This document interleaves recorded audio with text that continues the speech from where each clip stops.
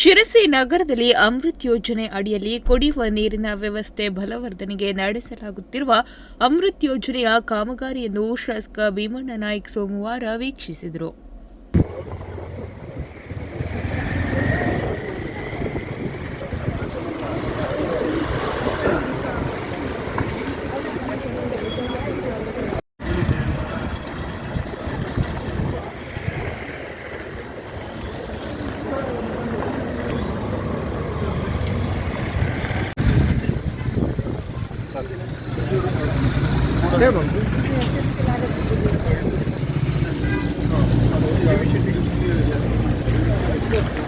ನಗರದ 31 ವಾರ್ಡ್ಗಳಲ್ಲೂ 65 ಕೋಟಿ ರೂಪಾಯಿ ಮೊತ್ತದ ಕಾಮಗಾರಿಯಾಗಿದ್ದು 192 ಕಿಲೋಮೀಟರ್ ಉದ್ದನೆಯ ಪೈಪ್ಲೈನ್ ಅಳವಡಿಕೆಯಾಗಲಿದೆ.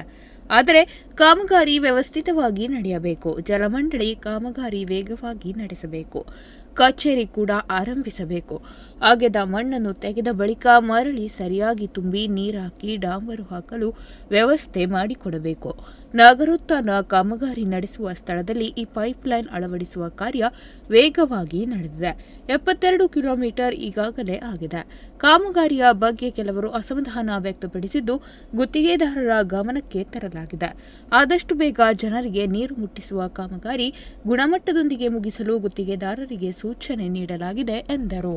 ಶಿರ್ಸಿ ನಗರದ 31 ವಾರ್ಡ್ ವ್ಯಾಪ್ತಿಯ ಸುಮಾರು 65 ಕೋಟಿ ಹಣದಲ್ಲಿ ಅಮೃತ್ ಯೋಜನೆಯಲ್ಲಿ ಇದು ಬಂದಿರತಕ್ಕಂಥ ಯೋಜನೆ ಇದೆ.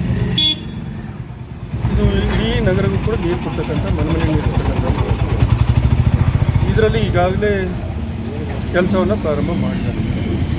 ಪ್ರಾರಂಭ ಅಂದರೆ ಏನಾಯಿತು, ಮೊದಲು ಟಾರ್ ಹಾಕ್ತೀವಿ ಕೆಲವಂತಂದ್ರೆ ಹಾಗಾಗಿ ಚಾಲೆಂಜ್ ಕೊಡಿ ಈ ನಮ್ಮದೇನೋ ಉದ್ಘಾಟನೆ ಗುದ್ದಿ ಪೂಜೆ ಅದೇನೇ ಇರಲಿ, ಬಟ್ ನಮಗೆ ಕೆಲಸಗಳು ಆಗಬೇಕು ಅನ್ನೋ ದೃಷ್ಟಿಯಿಂದ ನಾವು ಇಷ್ಟು ಚಾಲನೆ ಕೊಡ್ತೀವಿ.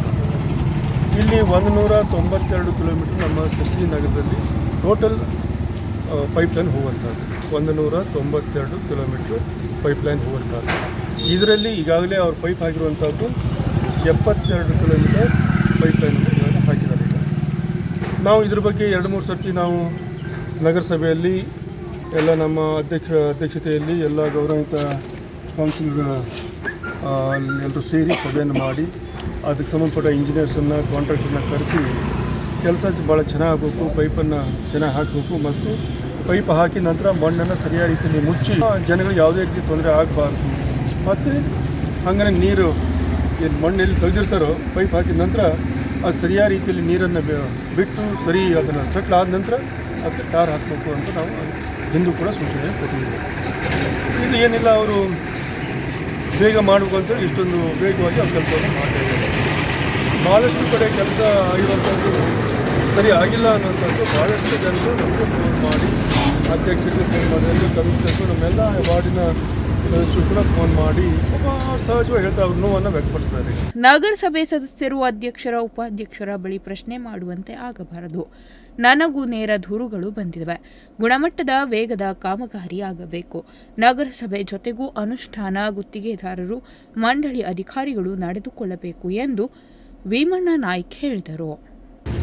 ಅದಕ್ಕೆ ನಾವಿವತ್ತು ಎಂಜಿನಿಯರ್ಸನ್ನು, ನಮ್ಮ ಕಮಿಷನರು, ನಮ್ಮ ಅಧ್ಯಕ್ಷರು, ಸದಸ್ಯರು ನಾವೆಲ್ಲರೂ ಸೇರಿ ಇದನ್ನು ವೀಕ್ಷಣೆ ಮಾಡೋದ್ರ ಮುಖಾಂತರ ಸಂಬಂಧಪಟ್ಟ ಎಂಜಿನಿಯರ್ಸು, ಕಾಂಟ್ರಾಕ್ಟ್ರು ಅವ್ರು ಒಂದು ಮಾತ್ರ ಹೇಳಿದ್ದು, ನಾವು ಎಷ್ಟು ಕೆಲಸವನ್ನು ಮಾಡಿದರೆ ಅಷ್ಟು ಕೆಲಸವನ್ನು ಆದಷ್ಟು ಬೇಗ ನೀವು ಸರಿಯಾದ ರೀತಿಯಲ್ಲಿ ಮಣ್ಣನ್ನು ತುಂಬಿ ಸರಿ ನೀರನ್ನು ಕೂಡಿಸಿ ಚೆಕ್ ರೋಲನ್ನು ತರಿಸಿದ್ದಾರೆ.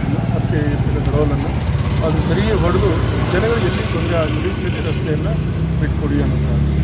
ಅದರಲ್ಲಿ ಇನ್ನೊಂದಾಗುತ್ತೆ, ಅವ್ರು ಹೇಳೋಂಥ ಮಾತು, ಇಲ್ಲ ಇದೊಂದು ವರ್ಷ ಮಳೆಗಾಲದಲ್ಲಿ ಸರಿಯಾದ ರೀತಿಯಲ್ಲಿ ಸೆಟ್ಲ್ ಆದರೆ ನಾವೇನು ತೆಗೆದಿದ್ವಿ, ಎಲ್ಲಿ ಓಪನ್ ಮಾಡಿದ್ವಿ ಪೈಪ್ ಹಾಕೋಕ್ಕೆ, ಅದು ಇದೊಂದು ಮಳೆಗಾಲದಲ್ಲಿ ಸರಿಯಾಗಿ ಮಳೆಯಲ್ಲಿ ತೋದು ಸೆಟ್ಲ್ ಆದ ನಂತರ ನಾವು ಟಾರ್ ಹಾಕಿದರೆ ಚೆನ್ನಾಗುತ್ತೆ ಅನ್ನೋಂಥದ್ದು. ಅದ್ರ ಬಗ್ಗೆ ಮಾತೇ ಇಲ್ಲ.